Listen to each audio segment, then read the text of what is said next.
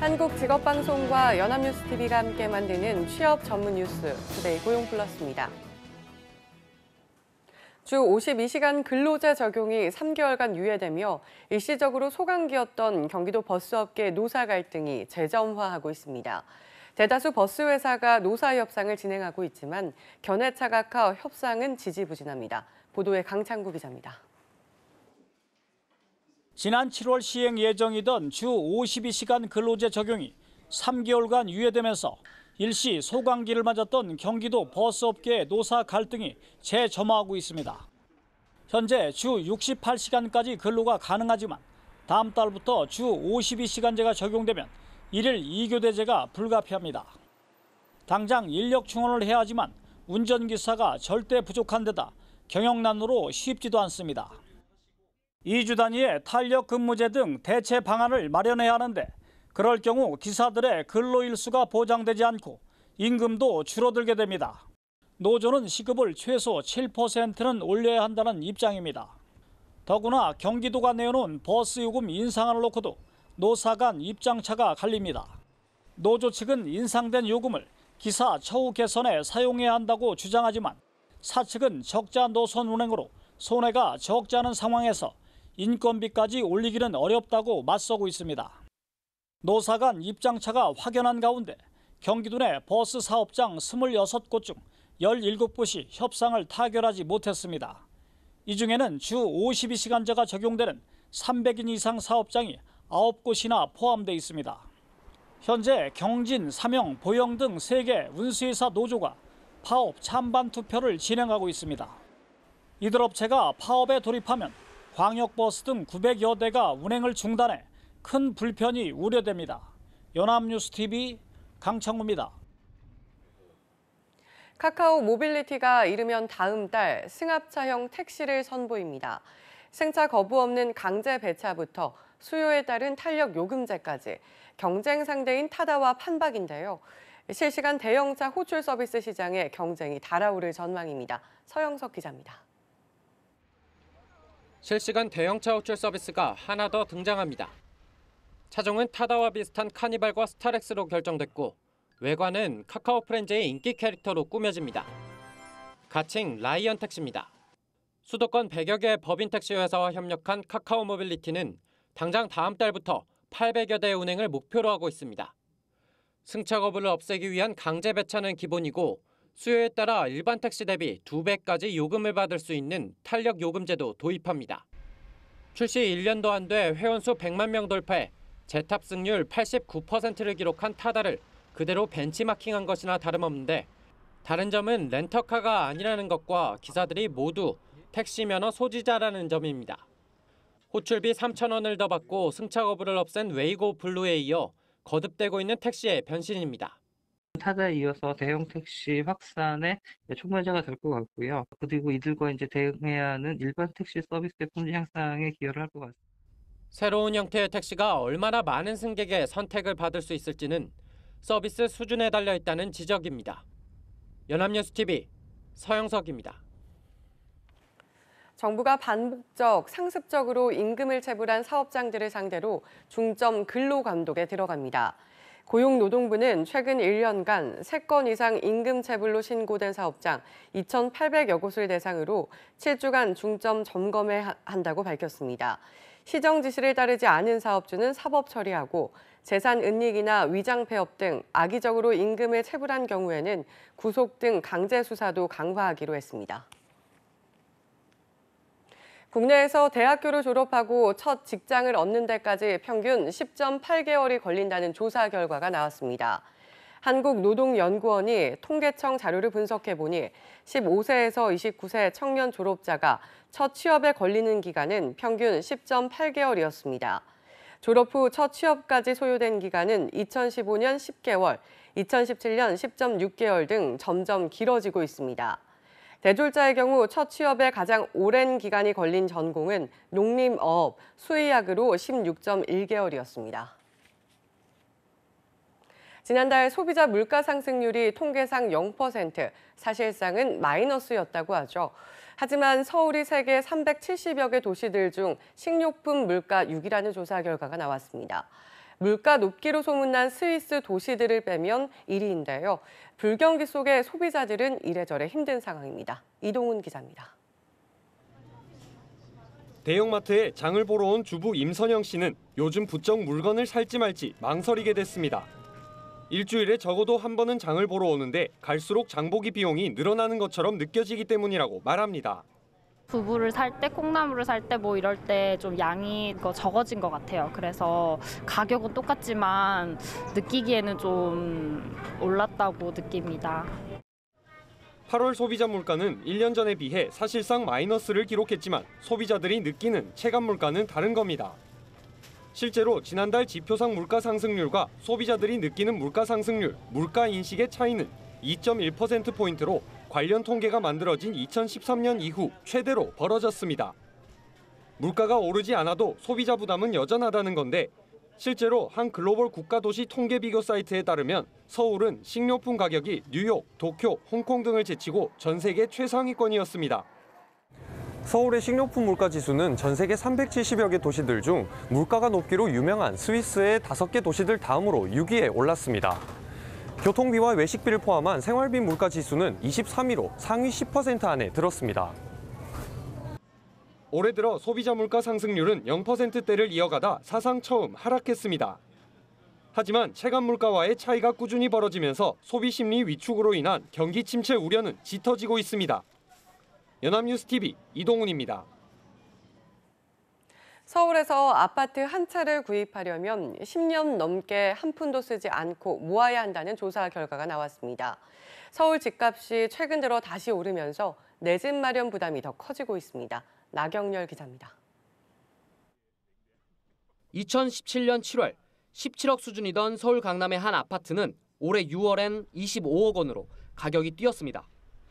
40% 넘게 집값이 오른 건데 강남뿐 아니라 최근 2년간 서울 아파트 평균 매매가도 10% 넘게 상승했습니다. 정부가 규제를 하겠다며 투기 지역으로 지정한 곳이 오히려 투자처라는 인식을 심어줬다는 평가마저 나옵니다. 규제를 하는 곳에 또 오르고 어떻게 돼가지고 강남 쪽에만 그렇게 오르는지 알 수가 없어요. 우리 서민들 살기가 너무너무 힘들어요. 그냥 뭐 치다만 보고 그림의 떡이잖아요. 지난해 7월 박원순 서울시장의 여의도 용산개발 계획 발언은 잠잠하던 집값에 또다시 불을 붙이는 원인이 됐습니다. 급기야 정부가 지난해 9.13 대책을 내놓으며 주택담보대출 규제를 강화했습니다. 이후 서울 집값이 하락세로 돌아섰지만 올해 7월 초부터 다시 오름세를 보이고 있습니다.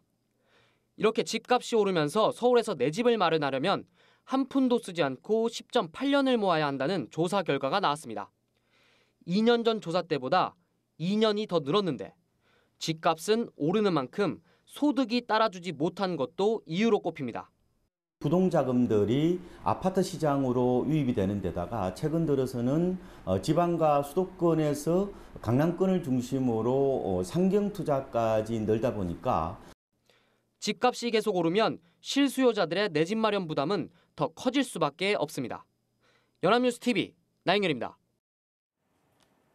금리 변동형 주택담보대출을 최저 연 1%대 장기 고정금리로 바꿔주는 서민형 안심전환대출의 출시 첫날인 16일 신청이 폭주했습니다.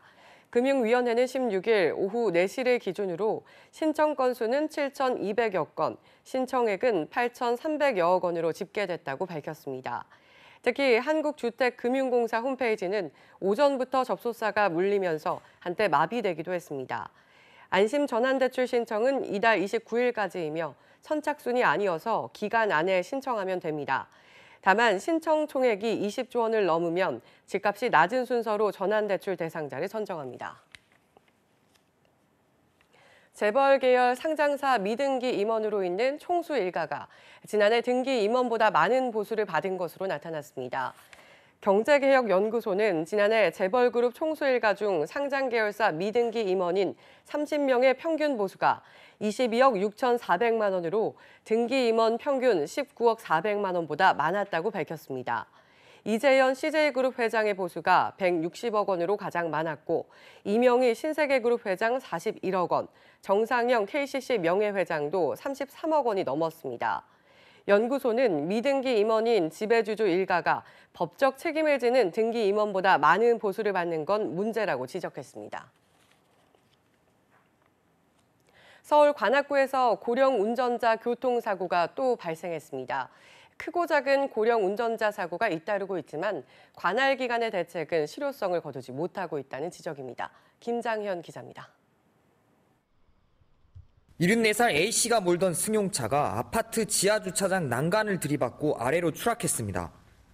동승자의 가벼운 부상에 그쳤지만 더 큰 인명사고로 이어질 수도 있는 아찔한 순간이었습니다. 65세 이상 고령 운전자 사고는 빠르게 늘어 5년 사이 48%가 증가했습니다.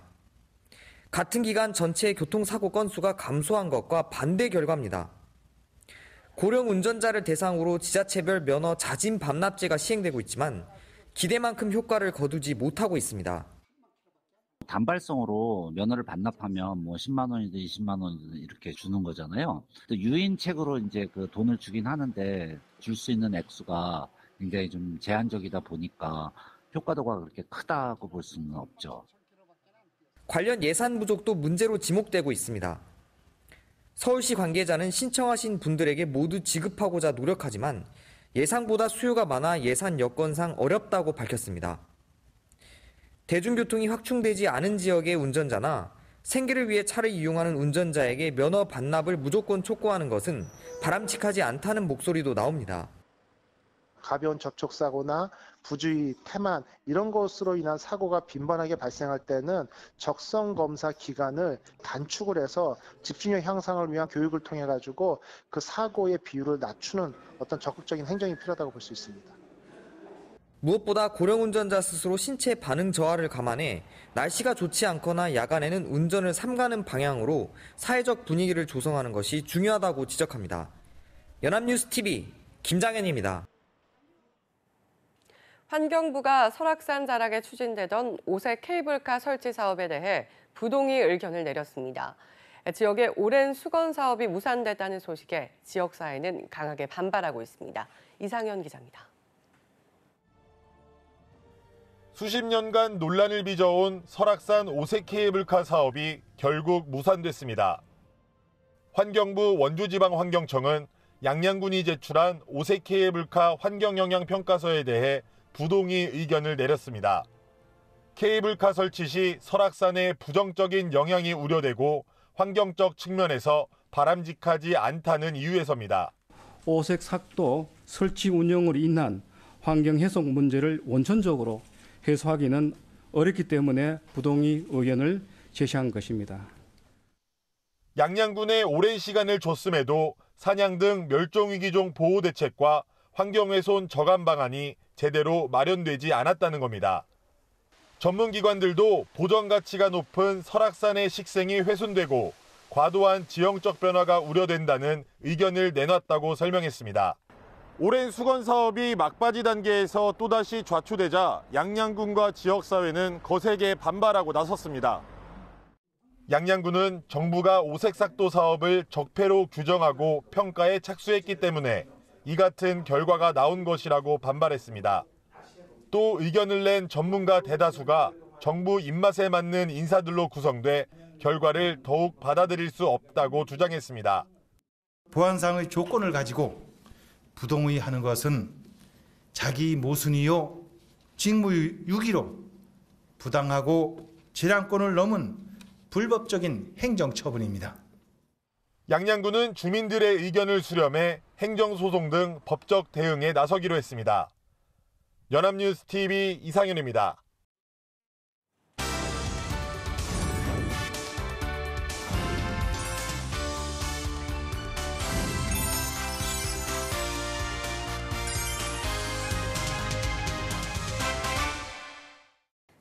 사회적으로 핫한 이슈를 키워드로 알아보는 핫키워드 시간입니다. 안채홍 아나운서 안녕하세요. 안녕하세요. 핫키워드 시간입니다. 아마도 추석의 후유증은 화요일에도 이어지고 있을 겁니다. 장시간의 운전, 명절 음식 장만, 이 중에서도 추석 때 어른들께 항상 들어야 하는 3대 기본 질문이 있죠. 취업은 했냐? 결혼은 언제 하냐? 아이는 언제 가질 것이냐? 아마 많은 분들이 이번 명절에도 이 3대 기본 질문 중 하나로 한참을 시달렸을 것이라 봅니다. 그렇다면 요즘 청년들은 이 질문에 어떤 생각을 가지고 있을까요? 핫키워드에서 살펴봅니다.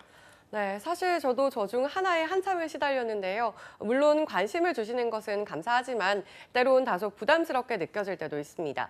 또 게다가 최근에는 비혼, 딩크도 늘어나고 있는 상황이라 관련 질문을 받았을 때는 곤란할 수도 있는 거잖아요. 네, 그렇습니다. 취업 포털 링크루트와 알바 앱 알바콜이 20, 30대 회원 900명을 대상으로 설문조사를 했는데요.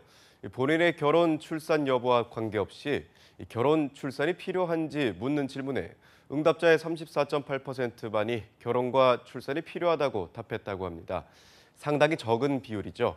오히려 불필요하다고 답한 응답자가 65.2%로 더 높게 나타났습니다. 과반이 넘는 청년들이 결혼과 출산을 반드시 해야 하는 건 아니라고 응답한 겁니다. 네, 이런 것을 보면 40대 시청자 중에는 시대가 많이 변했다고 생각하실 분들도 있을 것 같은데 이러한 경향은 30대보다 20대에서 더 두드러진 편이었나요? 네, 그렇습니다. 결혼과 출산을 필수로 보지 않는 내용에 30대는 60.5%만 응답했지만 20대는 70.6%가 응답해 대다수가 결혼과 출산에 큰 의미를 두지 않는 것으로 조사됐습니다. 또 성별로 봤을 때도 남성 응답자는 56.5%만이 결혼과 출산이 불필요하다고 응답했지만 여성의 경우엔 20대 응답률보다 높은 74.1%의 비율을 보였습니다. 와, 20대와 여성은 정말 상당히 높은 비율을 가지고 있었네요.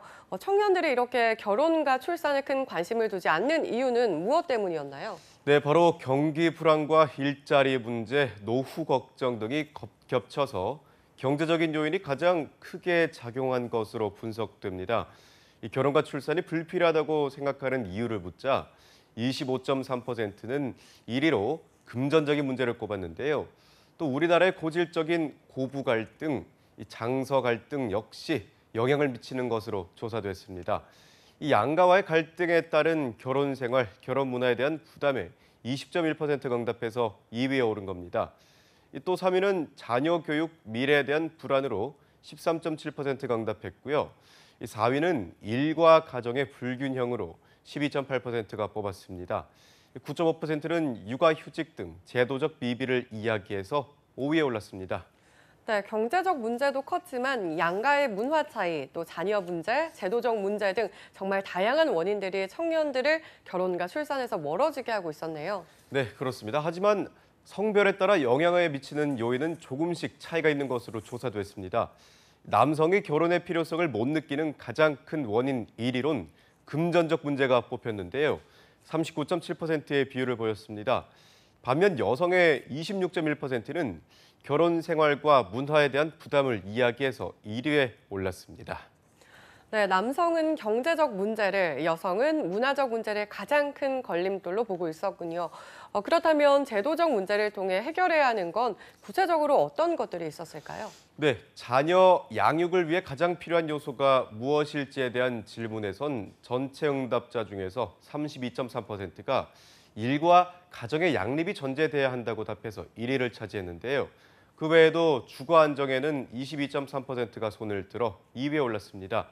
3위는 임금 인상으로 13.6%가 응답했는데요. 4위는 직장 내 양성평등으로 13.4%의 비율을 보였습니다. 네, 그런데 응답들을 살펴보니 이러한 내용들은 기존의 정부에서 실시하고 있는 내용이잖아요. 그럼에도 불구하고 여전히 부족하다고 생각을 하는 것이군요. 네, 그렇습니다. 이 부분에 대해서도 살펴봤는데요. 신혼부부 임대주택이나 저금리 대출, 출산 및 육아지원금 등 결혼과 출산 과정에서의 사회보장제도 확대와 이에 따른 세금 부담 증가에 대해 청년들은 어떻게 생각하는지 살펴본 결과 찬성 의견을 가진 응답자의 비율은 63.2%였습니다. 어느 정도 현재 제도에 대해서 긍정적으로 생각하긴 하지만 앞으로 지원책이 더 많이 이뤄져야 한다는 뜻이기도 합니다. 이러한 청년들의 결혼, 출산에 대한 응답이 중요한 건 경기 불황이라는 지금의 사회상을 반영하기도 하지만 향후 초고령화 시대의 장래의 노동인구마저 줄어들 가능성이 높아졌기 때문입니다. 네, 결혼은 미친 짓이다. 한때 다소 도전적인 제목의 책이 베스트셀러에 오른 적이 있습니다. 당시엔 상당히 파격적인 내용이라며 파장이 컸는데 이제는 70%가 넘는 20대가 결혼과 출산을 회의적으로 보는 시대가 왔습니다. 물론 개인의 선택을 존중해야 하지만 가장 큰 이유가 경제적인 문제였다는 점에서 시사점이 큽니다. 앞으로의 경제 성장에서 큰 영향을 끼칠 수 있는 비혼 의식, 만약 그것이 경제적, 제도적 문제로 인한 것이라면 반드시 개선해야 할 것입니다. 지금까지 핫키워드 안치홍 아나운서였습니다. 고맙습니다. 고맙습니다. 지금까지 투데이 고용 플러스였습니다. 오늘 저희가 준비한 내용은 여기까지입니다. 함께해 주신 여러분 고맙습니다.